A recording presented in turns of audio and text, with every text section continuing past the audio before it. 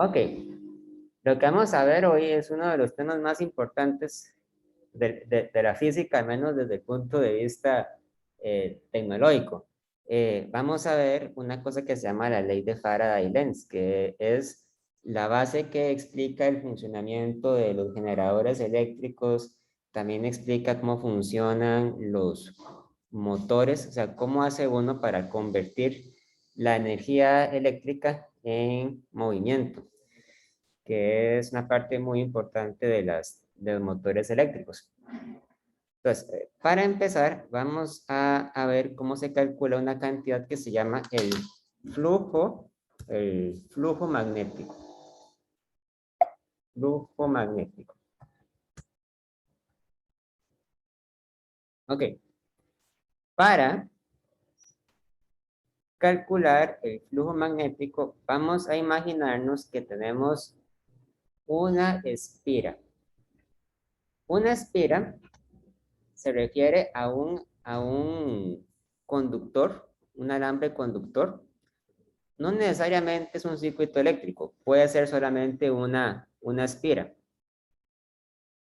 En el sentido de que es como un anillo o un metal que está cerrado sobre sí mismo, ¿verdad? Entonces, si usted tiene una espira y no la conecta a alguna batería o alguna fuente de potencial eléctrico, pues esa espira no va a hacer nada, ¿verdad? Es una espira que está inerte o que simplemente no tiene ninguna funcionalidad.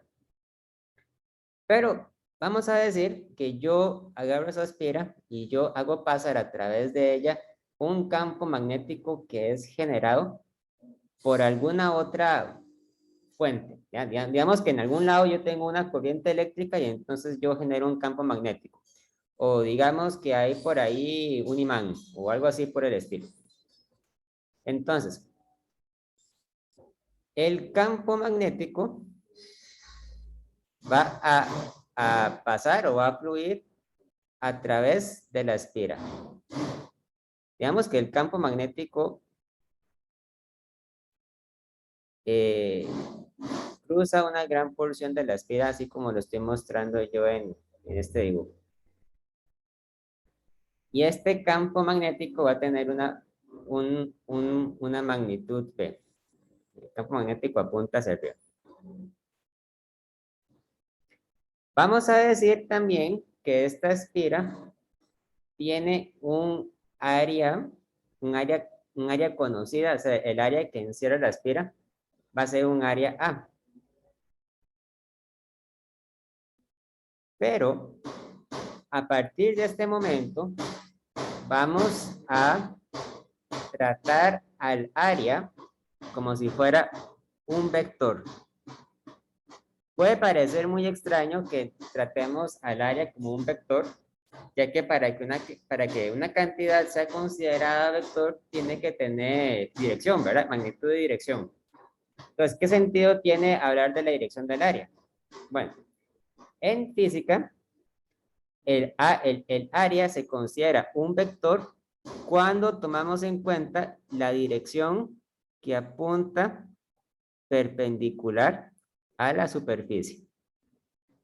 Por ejemplo, si ustedes se preguntan cuál es la dirección que tiene el vector de área del suelo, del piso, su dirección sería perpendicularmente hacia arriba, ¿verdad?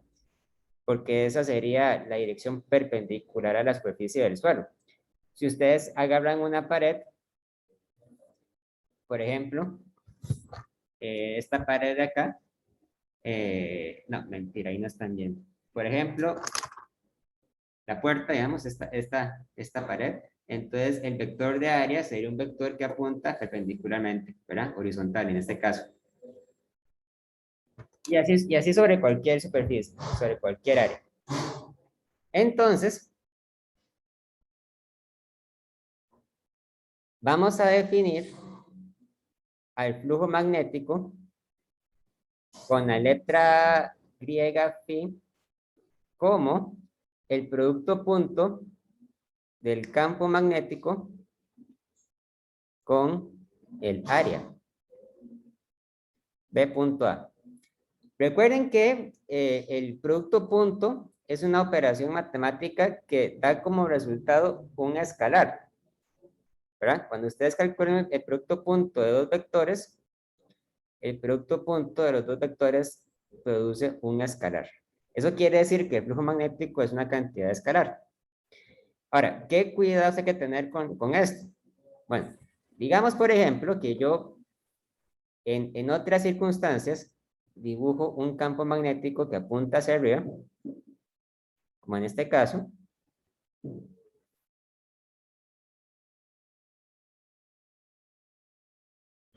Vamos a dibujarlo así. Pero ahora, el alambre o la espira que yo voy a considerar va a tener esta forma.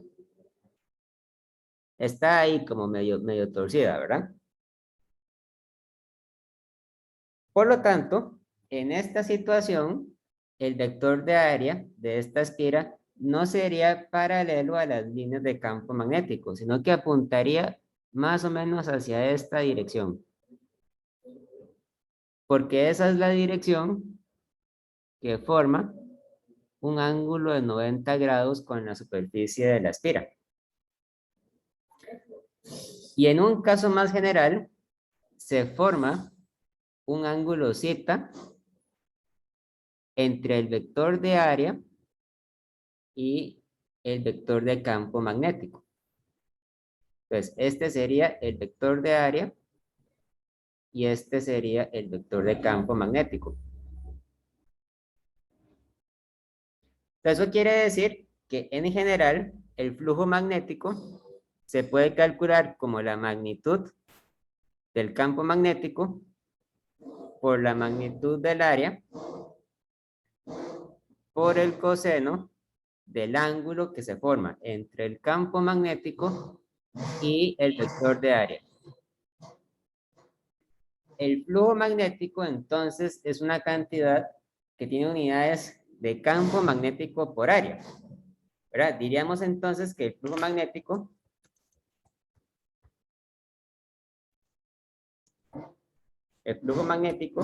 se mide con unidades de Tesla por, por metro cuadrado, ¿verdad? Tesla por metro cuadrado. Tiene unidades de campo magnético por área. Pero en el sistema internacional, a este conjunto de unidades se le tiene un nombre especial. A estas unidades se les llama Weber. Weber. Se presenta con una W mayúscula y una B minúscula. Entonces, el Weber se define como un Tesla por metro cuadrado. Y el Weber entonces sería la unidad de medida que usamos para medir el flujo magnético. Ahora, esta es la definición del flujo magnético.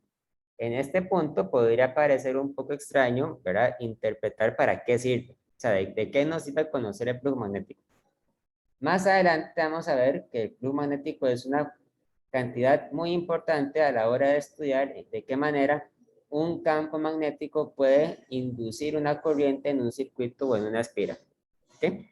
Voy a parar la grabación y les voy a preguntar si tienen alguna duda o alguna observación. Ok, ejemplo.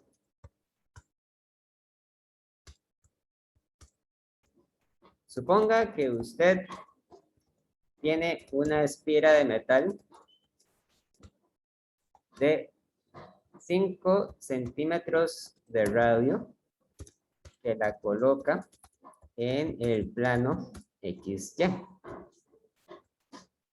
Cuando decimos que la espira tiene un radio, ¿verdad? Eso quiere decir que implícitamente la espira tiene forma circular, ¿verdad? Porque los radios son una propiedad de los círculos o de las circunferencias. Además, existe un campo magnético uniforme que apunta verticalmente hacia arriba en esa región. Determine el flujo magnético sobre la espira. Es muy fácil, ¿verdad? Vamos a dibujar aquí un sistema de coordenadas X y Y. X, Y, Z, perdón. X, Y, Z. Ok.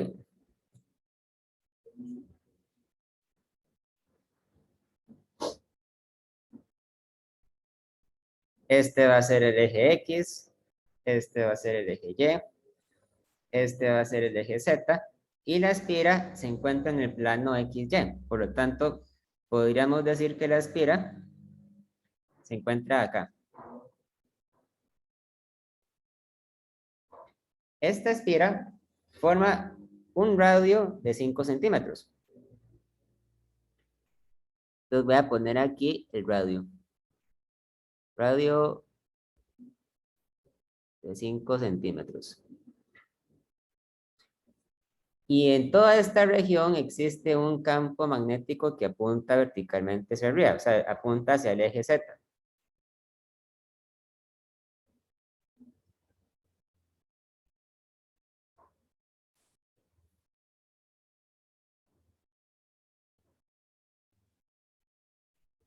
Así. O sea, uno podría decir que el campo magnético es igual a... Ah, bueno, y no hay la magnitud del campo magnético. Vamos a decir, suponga que el campo magnético tiene una magnitud de 0.5 teslas.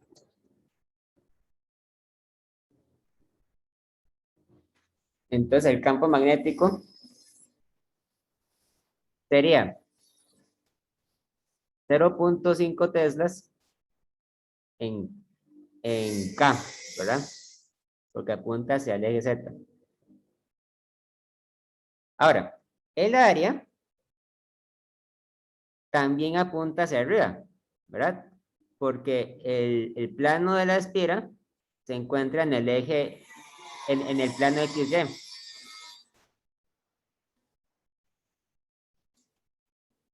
Eso ahí forma un ángulo de 90 grados. ¿Qué magnitud tiene el área?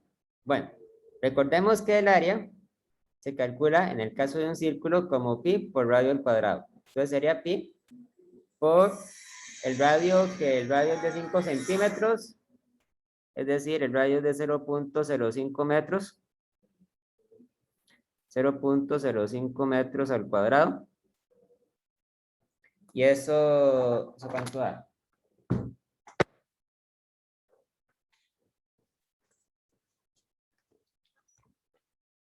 Y por 0.05 da al cuadrado.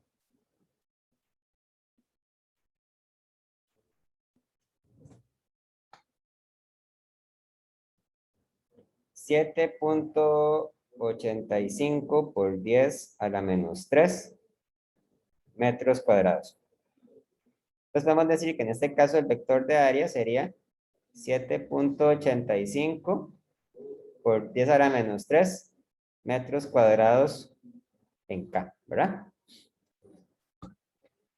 Entonces, el flujo magnético sería el producto punto del campo magnético con el área.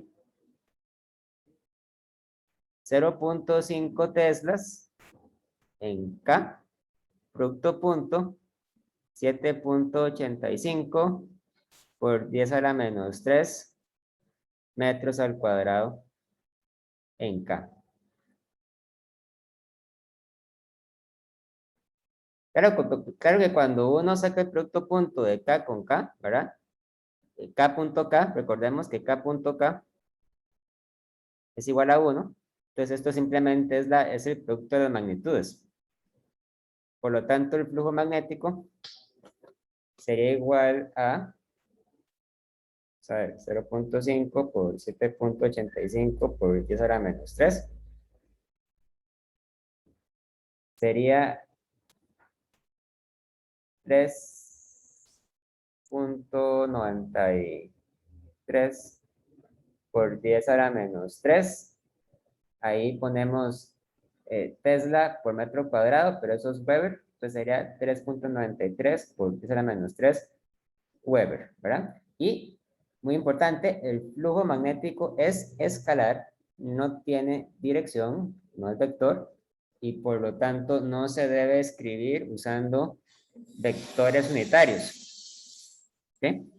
Voy a poner pausa para ver si tienen alguna pregunta, alguna duda. Otro ejemplo un poquito más complicado sería el siguiente.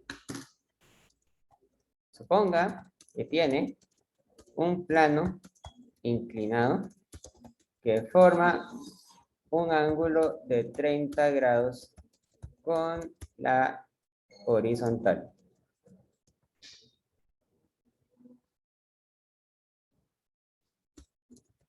Sobre este plano se coloca una espira cuadrada de 10 centímetros de lado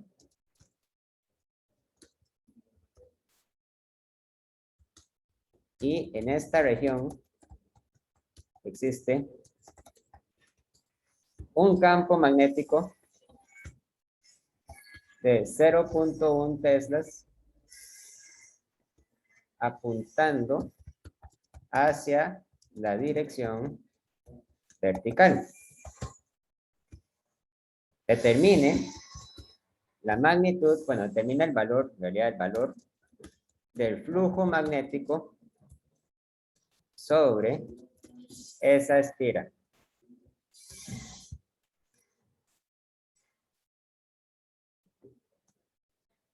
Entonces vamos a ver cómo dibujamos esto.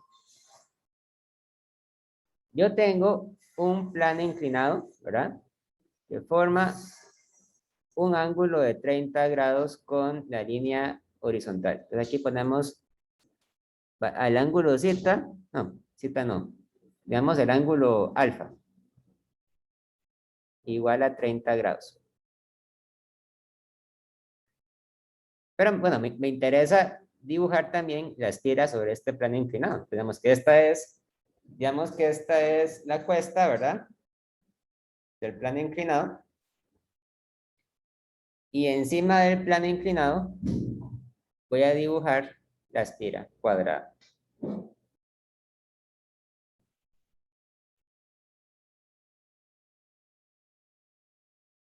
Ahí ustedes se imaginan que eso es un cuadrado, ¿verdad? Entonces cada uno de los lados de la espira mide 30 centímetros, mide 10 centímetros, 10 centímetros. Entonces es muy fácil calcular el área de eso, ¿verdad? Ahora, existe un campo magnético que apunta verticalmente hacia arriba sobre esta región. Entonces el campo magnético vamos a dibujar así, verticalmente. O sea, verticalmente quiere decir, ¿verdad? La línea vertical opuesta a la gravedad. Entonces por ahí pasa el campo magnético. El campo magnético tiene esta forma. El campo magnético es igual a 0.1 teslas en K.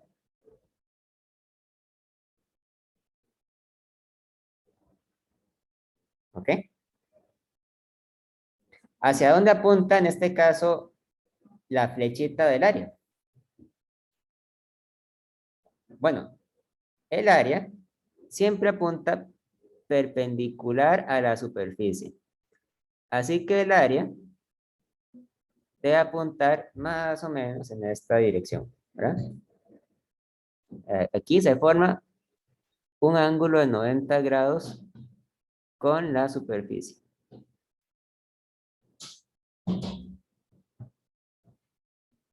Es importante conocer también qué valor tiene el ángulo que se forma entre el área y el vector de campo magnético. Ustedes pueden demostrar que ese ángulo es justamente bueno, es este ángulo de acá, ¿verdad? Y este ángulo es igual a alfa. Alfa, 30 grados, ¿verdad? El mismo alfa que aparece acá es este que está acá. Alfa igual a 30 grados. Por lo tanto, decimos que el flujo magnético es igual al producto punto B punto A. Es igual a la magnitud de B por la magnitud del área por el coseno del ángulo que se forma entre el campo magnético y el vector de área. Ese ángulo en este caso es el ángulo alfa. Entonces ponemos el coseno de alfa, eso es coseno de 30 grados. El área tiene una magnitud conocida que es igual a L al cuadrado y es igual a 0.1 metros al cuadrado. Es decir, 0.01 metros cuadrados. Por lo tanto, el flujo magnético es igual a 0.1 teslas por 0.01 metros cuadrados por el coseno de 30 grados. Y eso da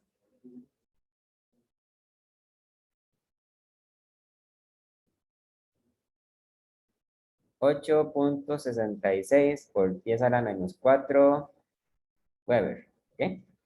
Recuerden que el flujo magnético es escalar, no tiene unidades. No tiene, perdón, dirección ni componentes. Sí tiene unidades, las unidades son Weber.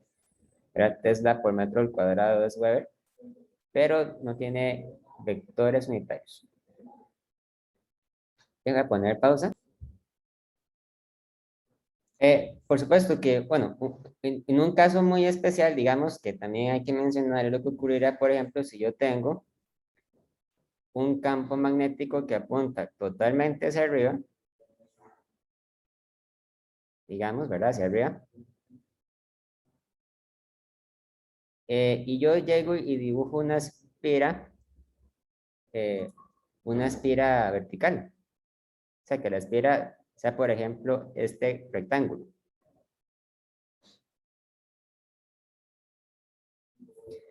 Si ustedes hacen esto, ¿verdad?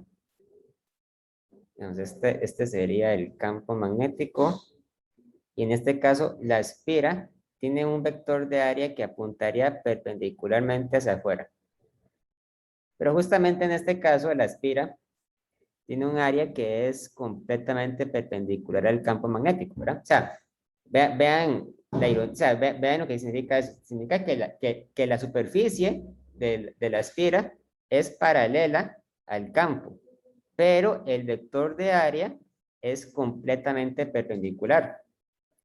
Eso quiere decir que en este caso el ángulo que se forma entre el vector de área y el campo magnético es de 90 grados. Entonces, eso quiere decir que el flujo magnético es igual a la magnitud del campo por la magnitud del área por el coseno de 90. Pero el coseno de 90 grados siempre es igual a 0. Por lo tanto, el flujo magnético es igual a 0 independientemente de qué valor tenga el campo magnético e independientemente de qué valor tenga el área, porque en este caso el vector de campo magnético es perpendicular al área. ¿Verdad? Entonces, una espira que tenga un campo magnético que sea perpendicular al área, bueno, al revés, una espira que tenga un vector de área que sea perpendicular al campo magnético, siempre va a tener un flujo magnético igual a 0. Porque el vector, ¿verdad? Forma un ángulo de 90 grados y el coseno de 90 es igual a 0. Ok. La ley de Faraday-Lenz es una de esas leyes de física que se entienden un poquito mejor cuando uno ya ha estudiado un poco de cálculo y sabe sacar derivadas e integrales. Ustedes todavía no han aprobado el curso de cálculo 1, pero ya saben un poco acerca de cómo sacar una derivada, ¿verdad? Eso ya era un gusto en cálculo. Entonces, la ley de Faraday-Lenz dice lo siguiente. Imagínense que ustedes tienen una espira, puede ser una espira cuadrada o de cualquier otra forma. Eso realmente no tiene mucha importancia.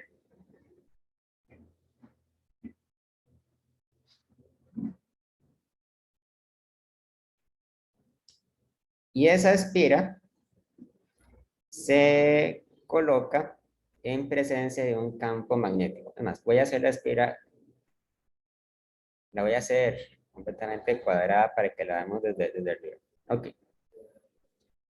Digamos que hay un campo magnético externo a esta espira que apunta hacia afuera de la página. Entonces lo voy a dejar de esta manera. O sea, el campo apunta hacia afuera de la página.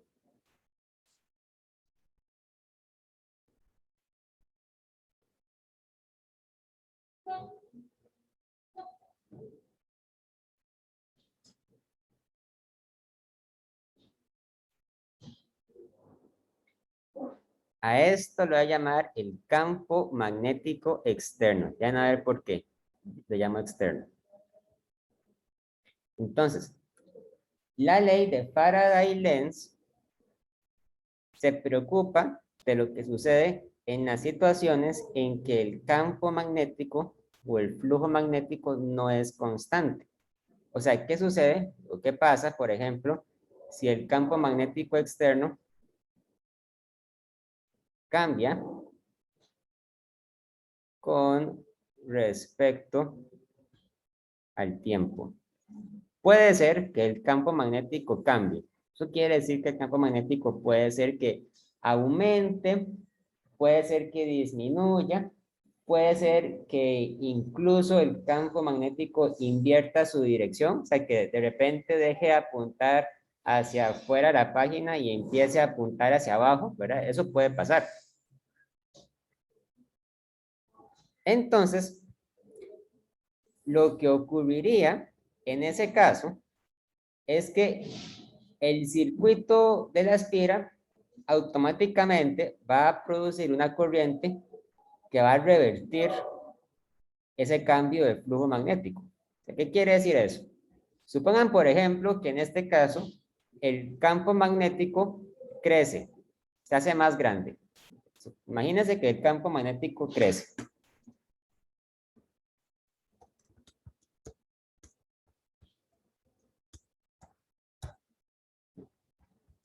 Apuntando hacia afuera de la página.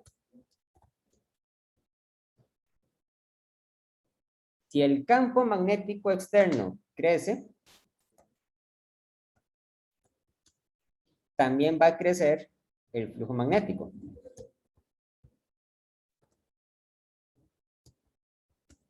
¿Verdad? O sea, aumenta el flujo magnético porque el flujo magnético se calcula como el producto punto del campo con el área. Entonces, sí, claramente, si el campo magnético crece, también va a crecer el flujo magnético. Ahora, por alguna razón, ¿verdad? Por alguna razón fundamental, que quizá todavía no entendamos bien, a las espiras como estas, no les gusta que le cambien el valor del flujo magnético. O sea, a las espiras no les importa tener un flujo magnético. Lo que no les gusta es que se los cambien. Entonces, si yo tengo un campo magnético externo que está creciendo, esta espira solita va a empezar a producir una corriente eléctrica hacia esta dirección, hacia, eh, hacia esta dirección, hacia aquí aquí, aquí y aquí. Ok.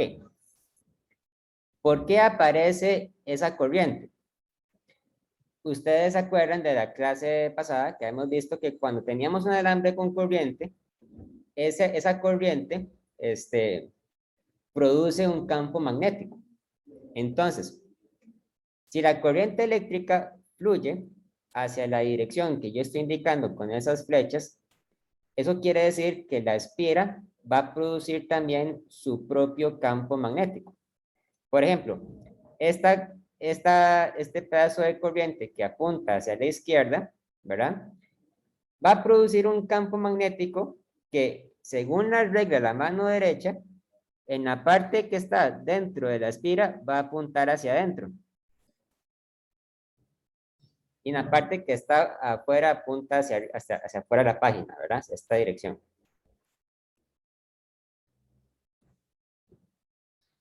A este campo lo vamos a llamar el campo magnético inducido.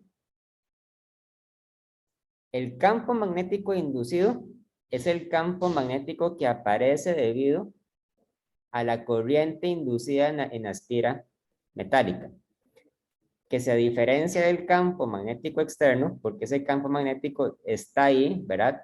Y aparece debido a otros fenómenos físicos ajenos a la espira. Puede ser que ese campo esté ahí debido a un imán, por ejemplo, a un imán que no tiene nada que ver con la espira. Esta corriente que está en la pared izquierda, como apunta hacia arriba, entonces la regla de la mano derecha nos dice que aquí el campo magnético inducido entra a la página y por aquí el campo magnético inducido sale de la página, ¿verdad? Esta de arriba produce un campo que va hacia que aparece debido a una corriente que va hacia la derecha. Entonces, aquí el campo magnético entra y aquí sale. Y por último, esta corriente que apunta hacia abajo produce un campo que va entrando por adentro, aquí,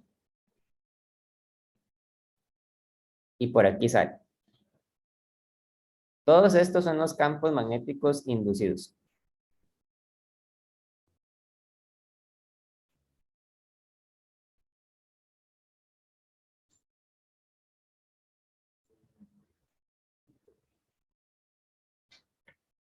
Entonces, ¿qué significado tiene ese campo magnético inducido? Bueno, este campo magnético inducido se opone a la dirección del campo magnético externo. Entonces, cuando el campo magnético externo aumenta, por la razón que sea que aumente, el campo magnético inducido va a apuntar hacia adentro hacia adentro de la página y se va a oponer al aumento del campo externo. Por lo tanto, en este caso, el flujo magnético total va a ser igual al campo magnético externo menos el campo magnético inducido. Punto A, ¿verdad? O sea, porque el flujo magnético se debe al campo magnético externo y al campo magnético inducido. Y lo que va a suceder aquí es que el flujo magnético se va a mantener siempre constante. Porque, al parecer, el hecho de que sea constante ese flujo magnético es una de las leyes fundamentales de la física, por alguna razón. De hecho, esta ley es una de las 4 leyes de Maxwell. Entonces, ustedes pueden hacer aparecer una corriente eléctrica en una espira variando la magnitud del campo magnético que la atraviesa, porque eso induce una corriente que a su vez induce un campo magnético inducido, ¿verdad? Para la redundancia, que busca mantener siempre constante el valor del flujo magnético. Yo sé que esto que acabo de explicar es un poco extraño, ¿verdad? Es un poco abstracto. Pero bueno, vamos a ver. ¿Existe alguna duda o alguna pregunta hasta acá? Voy a poner pausa. Ok. Entonces, esta es una de las simulaciones que usamos el año pasado, ¿verdad? Esta es acerca de la ley de Faraday, Faraday Lens.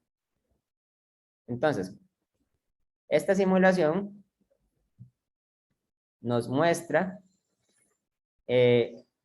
un circuito que tiene un bombillo y que tiene una espira. En realidad eso es más bien como un solenoide, pero son varias espiras juntas en el otro lado del circuito. O sea, es un circuito que tiene solo un bombillo y una espira, ¿verdad? Vean que este circuito no tiene baterías, no tiene ninguna fuente de potencial eléctrico, ¿verdad? Entonces, eso quiere decir que en circunstancias normales, este bombillo no se debería encender, porque no hay nada que le aporte una diferencia de potencial. Vamos a ver cómo se ven las líneas de campo magnético de este imán. Y vamos a encender aquí un voltímetro que mide la diferencia de potencial en la bombilla. Entonces, claro, cuando la diferencia de potencial es cero, la bombilla no se enciende porque la bombilla necesita tener una corriente o tener un potencial eléctrico para poder funcionar. Entonces, hasta ahí todo normal, ¿verdad? Ahora, ¿qué pasa si yo llego y agarro este imán y lo muevo en esta región? Entonces, vean que cuando yo muevo el imán, aparece una diferencia de potencial y la bombilla se enciende. Ahora, solo para que quede bien claro, la bombilla no se enciende solo debido a que yo acerque el imán. Yo puedo dejar el imán acá y se apaga, ¿verdad? La bombilla se apagó. ¿Qué es lo que hace que la bombilla se encienda? Lo que hace que se encienda es que yo mueva el imán. ¿Ven? Incluso lo puedo atravesar y se apagó, ¿verdad? Entonces, realmente lo que hace que la bombilla se enciende es que cuando yo muevo el imán, yo estoy cambiando el valor del campo magnético que atraviesa esta espira. Y por lo tanto estoy cambiando el flujo magnético, ¿verdad? Entonces, cuando yo cambio el flujo magnético debido al movimiento del imán, esta espira automáticamente va a empezar a producir una corriente inducida que va a construir un campo magnético inducido que va a compensar los cambios de flujo magnético que yo estoy produciendo debido a la presencia de este imán. Por lo tanto, va a aparecer una diferencia de potencial que va a permitir que la bombilla se encienda. Bueno, esto también funciona si yo agarro el imán al revés, ¿verdad? Si yo le invierto los polos, también se enciende cuando yo hago pasar un imán. Ahora, ven qué interesante. Observen el medidor de potencial. Cuando yo acerco el imán por el polo norte hacia la espira, el potencial que se muestra en el voltímetro tiende a disminuir, ¿verdad? Otra vez, o sea, yo hago esto y disminuye. En cambio, cuando yo alejo el imán por el polo norte, aumenta, ¿verdad? En el potencial. Disminuye, aumenta. Disminuye, aumenta. Disminuye, aumenta. Si yo, en cambio, invierto el orden del imán, cuando yo lo acerco por el polo sur, aumenta, ¿vean? Y cuando lo alejo por el polo sur, disminuye. Eso quiere decir que el flujo magnético también es sensible a los cambios que aparecen en la dirección del campo magnético, porque ven que el campo magnético, cuando yo lo tengo por el polo sur, el campo apunta hacia la derecha, ¿verdad? Ven esta flecha, apunta hacia la derecha. Y cuando lo acerco por el polo norte, más bien apunta hacia la izquierda. Y si yo coloco otra esfera en paralelo, el efecto es más marcado. Ven. Observen esto.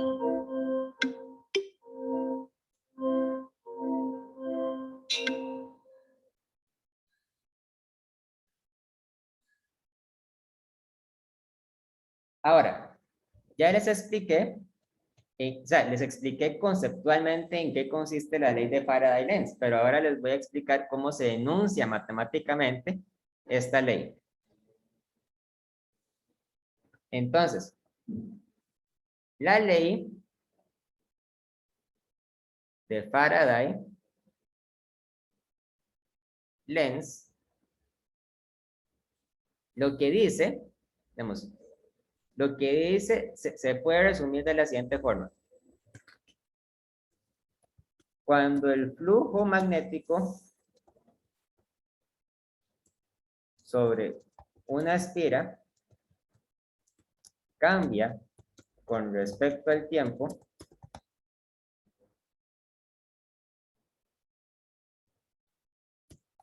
se induce una corriente eléctrica sobre la esfera que genera un campo magnético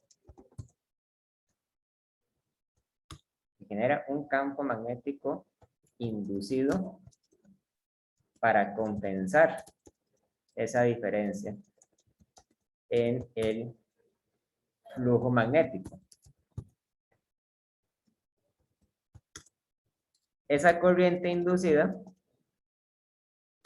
genera una diferencia de potencial en la esfera que se puede medir.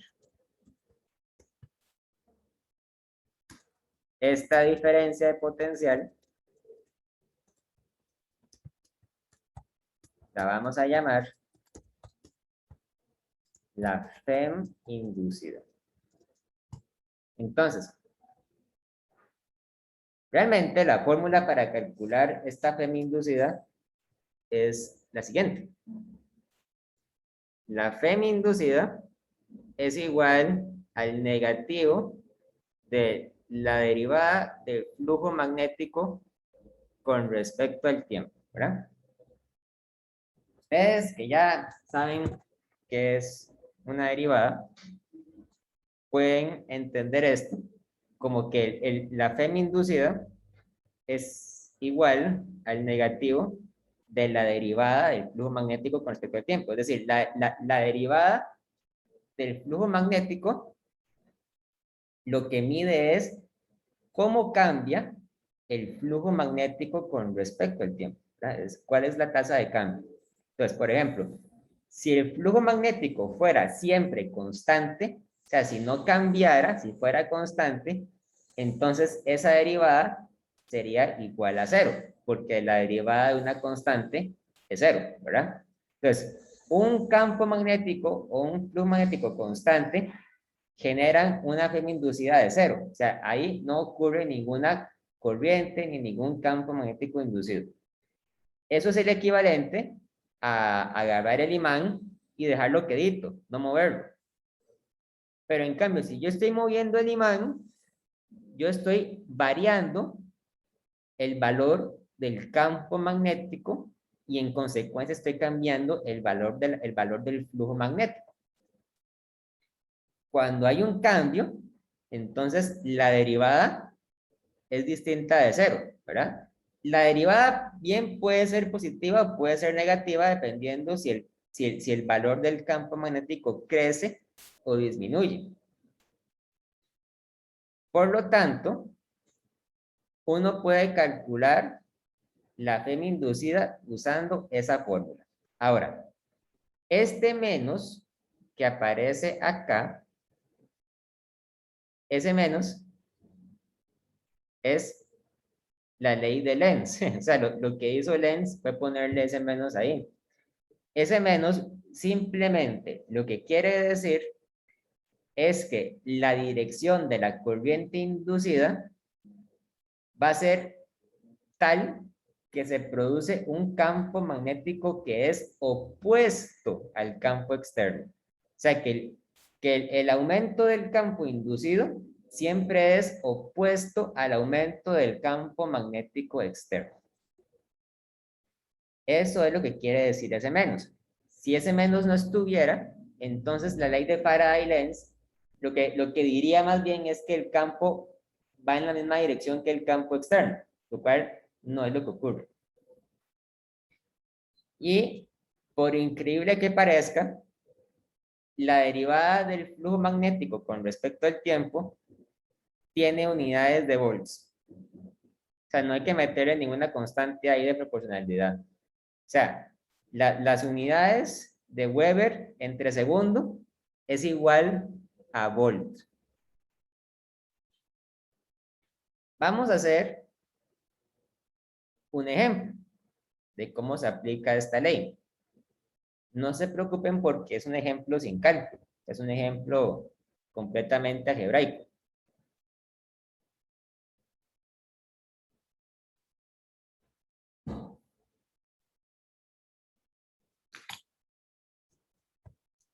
Ejemplo. Usted tiene una esfera circular con radio R igual a 5 centímetros en el plano XY. Luego, existe un campo magnético externo que apunta en la dirección vertical.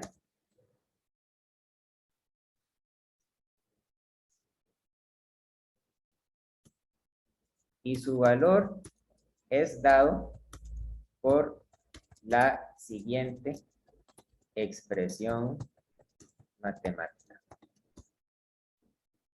Entonces, ahora el campo magnético va a ser una función del tiempo. O sea, ya no es constante, sino que va a ser una función del tiempo. Vamos a decir, por ejemplo, que el campo magnético va a ser igual a 0.1 teslas en K más 0.01 teslas entre segundo por el tiempo en K. Perdón, esto es 0.01 teslas entre segundo por el tiempo. Quede bien legible. 0.01 teslas entre segundo por el tiempo.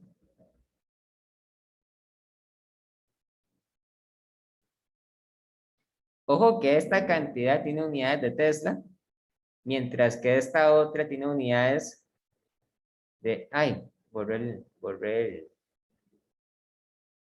la pregunta, ¿verdad?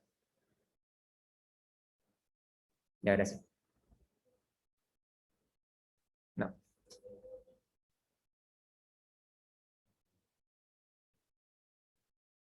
Bueno. 0.0. Ay, no.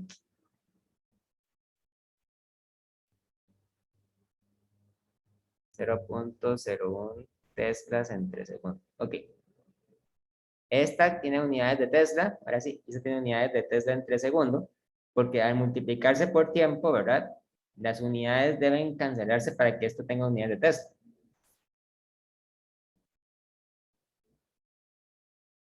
Luego, continuando con la pregunta. Suponga que la aspira tiene una resistencia interna de 5 ohm. Determine la FEM inducida, la dirección y la magnitud. Magnitud de la corriente inducida.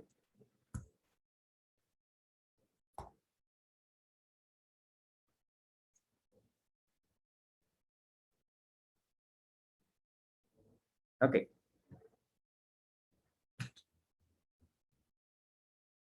Vamos a dejar un sistema de coordenadas X y Y.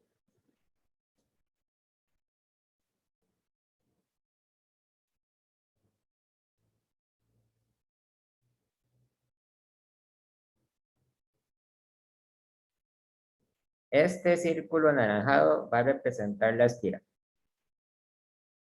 Como ven, tiene un radio R igual a 5 centímetros, entonces igual a 0.05 metros.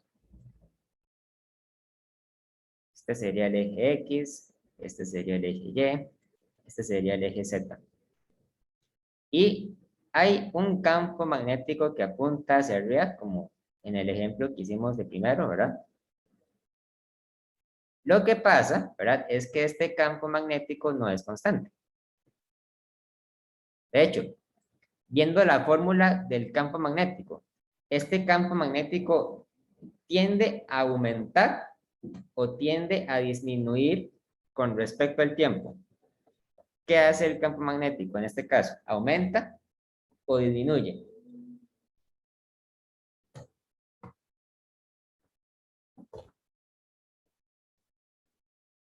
O sea, ¿el campo crece, se hace más grande o se hace más pequeño con respecto al tiempo? Es muy fácil, ¿verdad? Imagínense, imagínense que el campo magnético es como la función de una recta. Y igual mx más b. Nada más que en este caso la y es el campo magnético. La x es el tiempo, ¿verdad? La pendiente es 0.01 y la vez está constante, es 0.1. Entonces, ¿el campo magnético tiende a crecer o tiende a disminuir? Ok, campo tiende a crecer. Entonces, lo que hacemos ahora va a ser calcular una expresión para el flujo magnético. Recordemos que el flujo magnético es igual al producto punto del campo magnético con el área. El área no cambia, el área es constante. El área siempre es dada por la expresión pi por radio al cuadrado, pi por 0.05 metros al cuadrado, y eso da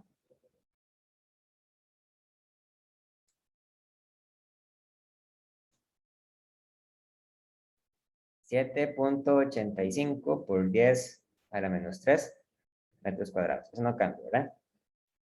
Pero ahora el problema es que el flujo magnético va a ser a su vez una función del tiempo, porque el tiempo, porque el campo magnético depende del tiempo, ¿verdad? Entonces, esto sería sacar el producto punto de 0.1 Tesla en K más 0.01 Tesla entre segundo por el tiempo en K, producto punto 7.85 por 10 a la menos 3 metros cuadrados. Punto.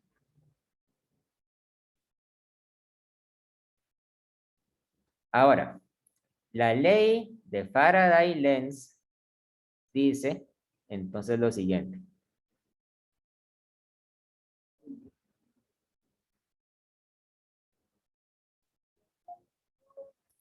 El flujo magnético, la Fm inducida, perdón, es igual al negativo de la derivada con respecto al tiempo del flujo magnético. Para no usar derivadas, o sea, para no usar cálculo, ¿verdad? Porque eso sería hacer trampa.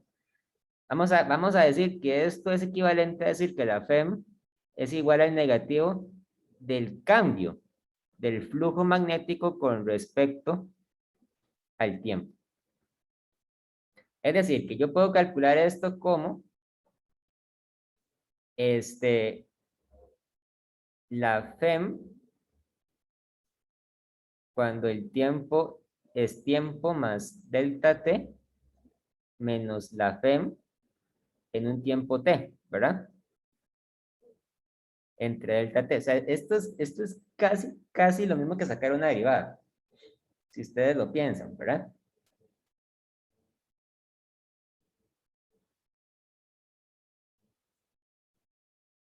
Entonces, al final, la FEM va a ser, pues vemos esta expresión, ¿verdad? Va a ser igual a bueno, va a ser igual a al flujo cuando el tiempo esté más delta t, entonces sería, bueno, menos paréntesis 0.1 teslas más 0.01 tesla entre segundo por tiempo más delta t